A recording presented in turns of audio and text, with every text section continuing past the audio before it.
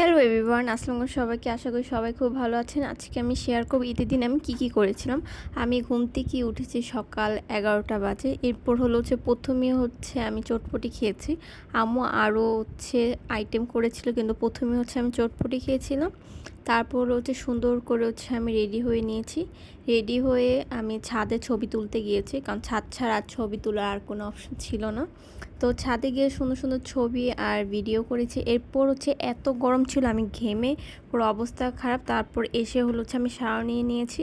এরপর ঈদে কী আইটেম আম্মু রান্না করেছিল সেটাই আপনাদেরকে দেখাচ্ছে। অনেক কিছু রান্না করেছিল, আর ঈদের দিন সব খাবারই কেন যেন অনেক বেশি মজা হয়েছিল। এরপর আমি একটু ঘুমিয়েছিলাম বিকাল টাইমে। ঘুম থেকে ওঠার পর যে আমি আবার আরেকটা ড্রেস পরে রেডি হয়ে নিয়েছি। এটা সেই মেলাতে 50 টাকা দিয়ে যে কানের দুলটা কিনেছিলাম সেটা। কানের দুলটা অনেক বেশি সুন্দর। তারপর আমি সালামি পেলাম, এটাই প্রথম আর শেষ সালামি, আমি আর কোনো সালামি পাইনি। এরপর আমার দুই বোন মিলে লক্ষ্মীবাজার গিয়েছিলাম, কারণ লক্ষ্মীবাজার একটা ঈদ মেলা বসেছিল। তার জন্য যে আমরা দুইজন রেডি হয়ে রিক্সা নিয়ে লক্ষ্মীবাজার চলে গিয়েছি। এখনকার মেলাতে শুধু জুয়েলারি আইটেমগুলোই বেশি থাকে, মানে পুরো মেলাতেই জুয়েলারি আইটেম বেশি ছিল, আর এগুলোর কোয়ালিটিও দেখলাম মোটামুটি ভালোই ছিল।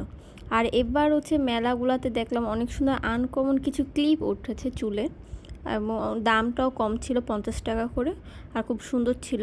আর এই চুড়িগুলো খুব সুন্দর ছিল, কিন্তু একটু দামটা বেশি, বাট চুড়িগুলোর কোয়ালিটি খুব ভালো।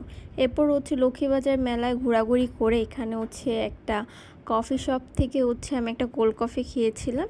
এই তো ঈদের দিন, আশা করি সবার ঈদই ভালো গিয়েছে। ধন্যবাদ সবাইকে।